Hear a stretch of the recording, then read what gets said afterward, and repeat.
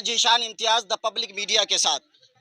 अभी हम इस वक्त वहीं मौजूद हैं जहां पर कई मासूम लोगों की जान इस नदी में समा गई। आपकी नज़र उस नाव पर पड़ती होगी, वही वो नाव है जो कई मासूमों की जान परसों ये ले ली। वही नदी पर, उसी घाट पर हम मौजूद हैं जब ये नाव उस पार से बच्चे पढ़ने वाले स्कूल के लिए अपने घर से तैयार होकर यूनिफॉर्म और किताबों के साथ, अपने हाथों में बैग और किताबों के साथ जब वो अपने घर से चले थे, इसी नाव पर सवार हुए थे और इसी नदी पार करके उसे इस मोहल्ले के स्कूल में जाना था। लेकिन तभी अचानक वो नाव पार करते हुए उस पार से इस पार, यानी कि वो मंजिल को पार कर चुके थे, लेकिन अचानक उनके जहन में, उनके नसीब में ये मौत लिखी थी। और तभी जाकर ये नाव इस दीवार से टकराती है और संतुलन खोने के बाद वो नाव पलट जाती है।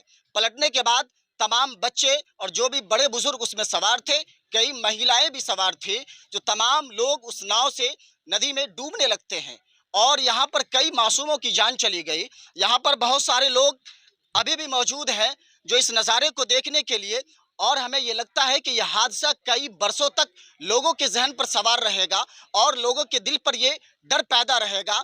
जब भी इस नाव पर वो सवार करेंगे और इस नदी को पार करने के लिए, रोज़मर्रा की ज़िंदगी में अपनी ज़रूरत को पूरा करने के लिए जैसे वो इस नदी में पार करेंगे, तो उनको ये बात फ़ौरन ज़हन पर अटैक करेगी कि वही वो नदी है, वही वो नाव है जिस नाव में हमने अपनों को, अपने परिजनों को खोया है, कई मासूम बच्चों को खोया है। वो याद कई बरसों तक, कई सालों तक यहाँ के लोकल लोगों के जहन में वो बात बनी रहेगी और हर कोई इस नदी में जब इस नाव पर सवार होंगे तो हर किसी का जहन इस बात से सहम जाएगा और दिल थर्रा जाएगा। जब हम इस गांव में आए, लोगों से बात किया, महिलाओं से बात किया और जब मिला तो पूरा गांव में मातम पसरा हुआ था।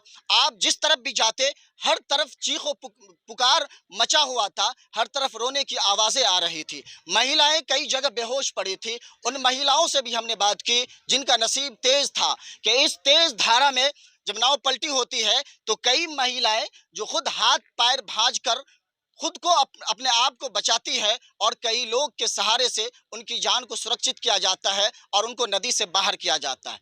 यहाँ पर बहुत से ग्रामीण लोग मौजूद हैं, हम इनसे बात करेंगे और यहाँ की हकीकत, जिन्होंने अपनी आंखों से उस चीज को कैद किया है, वही इस हकीकत को बयान कर सकते हैं। दूर वाले तो सुन सकते हैं, अनुमान तो कुछ भी लगाया जा सकता है, लेकिन हकीकत को वही लोग बता सकते हैं जो यहाँ के लोग हैं और जिन्होंने उस घटना को देखा है अपनी आंखों से। आइए हम जानने की कोशिश करते हैं कि असल में जिस वक्त हादसा हुआ, उस हादसे के में जो लोग भी शिकार हुए वो कैसे हुआ और ये इतना बड़ा हादसा कैसे हो जाता है। सर, आपका नाम? राकेश ठाकुर है। मेरा सैलून है मेरा बेनीबाद में। और हम जब ये शिकार को हम सुने थे तो हम मोटरसाइकिल से आए थे यहाँ पे, और आगे हम यहाँ पे देखा तो ये तार जो थे, ये तार का वीडियो कीजिए, तार का वीडियो कीजिए। ये वही रस्सी है जिस रस्सी को हम पकड़े हुए हैं। इसी रस्सी के सहारे वो नाव चला करती थी, लेकिन ये प्लास्टिक की रस्सी लगी हुई है और ये रस्सी न जाने अचानक टूट जाती है और जिससे नाव का संतुलन खराब हो जाता है, नाव का बैलेंस बिगड़ जाता है और वो नाव जो है पलट जाती है। इसी पलटने के साथ तमाम जो लोग सवार थे इस नदी में समा जाते हैं।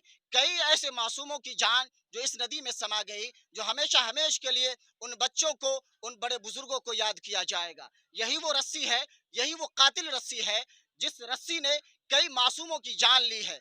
वही वो नदी है जिस नदी के बिल्कुल घाट पर, किनारे में हम खड़े हैं, जहां पर नाव आकर टकराती है और यहीं पर वो हादसे का शिकार हो जाता है।